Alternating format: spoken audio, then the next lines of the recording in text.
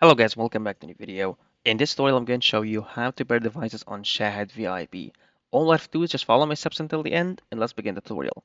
Alright, and so the first step here, what we need to do, we just need to go and open our browser, and then we're going to go for google.com, and then we're going to search for Shahid VIP, and we click on it, and then we go for this website over here. And then once you're here, you just need to subscribe, or you can log in with your account. So click on subscribe, and then you can go to your account. So from here, just click on my account, and then you can choose account settings or devices management, and then click on account settings over here. And then as you can see here, we have a lot of options. I'm going to choose device management. So click on it. And then from here, we're going to download the app on your phone. And then you're going to open it and choose pair option.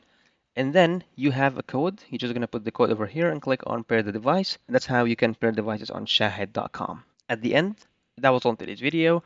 If you find this video helpful, please don't forget to like the video, subscribe to the channel, and thanks for watching.